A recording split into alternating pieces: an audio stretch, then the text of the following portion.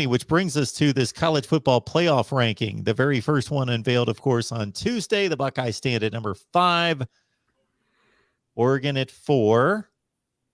We won't run through the 1 through 9, but those are the ones that really matter at this point. And your thoughts about where the Buckeyes stand and what kind of clues were we given by the mysterious committee in week 1? Well, I don't even know that you can call it a clue, but the evidence is that Cincinnati has no chance and they don't like Cincinnati, and nothing Cincinnati can do is going to get them into the playoffs. It's going to take everybody else losing games and maybe 2 games at that point. But I think Ohio State's in a great spot. Right now, all they have ahead of them, and coming into this, we were talking about how do you compare them, what happens with them in Oregon. And at this point, that doesn't matter because, they can both fit in this top 4 right now if things continue to go this way, because Michigan State, they will beat Michigan State. So Oregon moves up, Ohio State moves up. Then it's just a matter of, can Oklahoma catch anybody? And being on that conference call when Gary Barta was asked about Oklahoma, they have no good wins. But his voice went up a couple of octaves when talking about Caleb Williams and what this offense could be with Caleb Williams now. And so they're going to be, watching Oklahoma. And I went back, I think they were last year around 8 or 9 in the first rankings as well, Oklahoma was. And they've come from 15 before to make the playoffs. So the first rankings, you can come a long way. Ohio State came from 16 the year they won it. But I think with Ohio State being at 5, Cincinnati's out, and really I'll be interested to see what continues to happen when Ohio State has more quality wins than Oregon. Does Ohio State shoot above Oregon? And then at that point, I think Oregon has to watch their backs for Oklahoma. Yeah, the thing everybody talks about, Oregon has beaten Ohio State head-to-head. Fact. That's a fact. We know that. That's not going away. Ohio State lost to a ranked Oregon team. Oregon lost to an unranked Stanford team. So the fact that Ohio State is just sitting 1 spot behind Oregon right now, I don't see that being a grand concern. The Pac-12 schedule is just not very good. Ohio State's going to still have games against current ranked number 3 and ranked number 7 with Michigan State and Michigan. Who knows if Purdue could sit there and fly in before Ohio State would play Purdue. I agree with Tony that Ohio State's sitting in a great spot. And as long as Ohio State wins, and I don't even think it's a case of Ohio State needs to be winning games by 24, 28 plus points. I think as long as Ohio State wins, Ohio State's going to be fine. I really was not a big fan of seeing Alabama too, because once again, it just goes to the perception that it's the SEC Invitational. And I don't understand it. I mean, if you don't like certain teams because, you're undefeated, but that doesn't mean much. Cincinnati, UTSA, who's not even ranked, Wake Forest at 9. I understand that, but I'm not convinced Alabama's the number 2 team in the nation. And I know I saw Brad Powers put out some projected lines of on a neutral field, and Alabama was going to be about a 4-point favorite over Ohio State. UGA would be a 6-point favorite. Ohio State would be 11-14 on some of the teams around it on a neutral field. What are we judging Alabama on? Are we judging Alabama on the body of work to this point, the body of work including the end of the season, or is this a lifetime achievement award? Because if it's a lifetime achievement award, then Alabama should probably just be number 1 every week, and we should just learn to accept it. Hell, maybe you should just play the games in Tuscaloosa. I mean that just might make it easier for everybody at that point. So, I'm not as outraged as I may sound right now. I'm just a grumpy old man right now, but I'm not really a big fan of them being 2. I think it sends a really crummy message. Well, I will pick it up from there because Alabama at 2, it is a lifetime achievement award. Are they the second best team in the country? They might be. I actually think they probably are the second best team in the country, but that doesn't mean you've got the second best resume, and they do not. The Florida win gets worse and worse by the week, and they needed a lot of help to get out of Gainesville alive, 31-29 on a failed extra point. that led to a 2-point conversion that had to be attempted. They've played really one complete game against a really good team in Ole Miss. They did put the throttle down and really stopped Ole Miss. They took it to Mississippi State. They beat a collection of decent teams: Mississippi State, Florida, Ole Miss, Tennessee, Miami, if you want to throw them in the bucket as well. Decent teams, top 40 teams in the country. Ole Miss is at the high end of that, in the top 15. But maybe I'm a little slow, but I'm starting to realize that eyeball test doesn't necessarily mean what I thought it meant, meaning put the game in, let's watch the game and see how good this team looks. Eyeball test is basically brand name, talent, recruiting rankings, what we know about this, whether we trust this coaching staff, whether we trust this program, this team.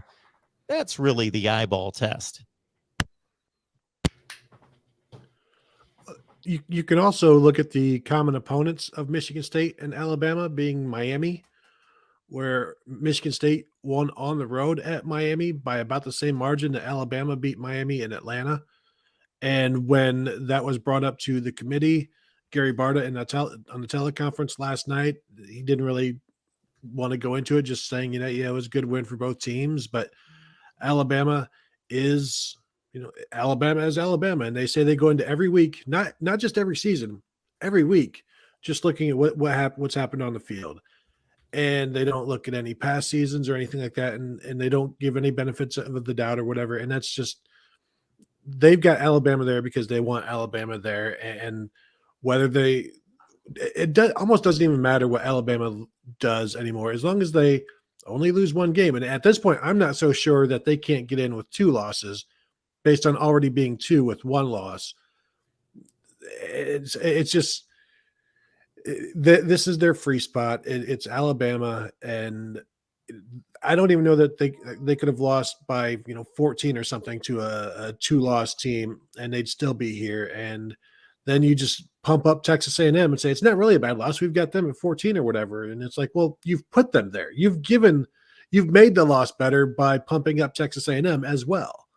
And this is, again, why we need to go to an expansion, because if this is how it's going to be every year, which it is, and not that Alabama hasn't earned it every year they've been in, but let's let them earn it, and they didn't. Yeah, and before you guys chime in, real quick, Steve, just one more note on Alabama for me is that that's what annoys me is that, yes, do we all have our bias and preconceived notions about these teams and these programs? Of course we do, but I do my best to set it aside. I don't care if Wake Forest has gone 0-12 for the last 10 years. It's about 2021.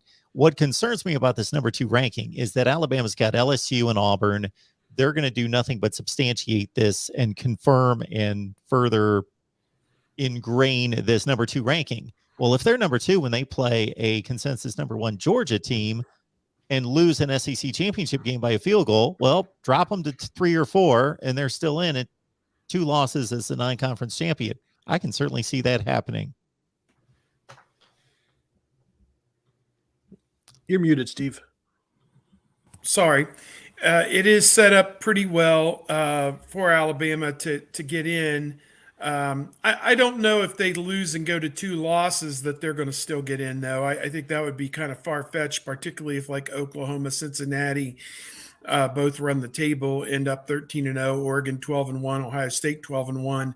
I think you got to consider those 4 teams ahead of Alabama, certainly with 2 losses. But, it is a difficult job, thankless job, because it is comparing apples to oranges, to pears, to grapes, to grapefruit.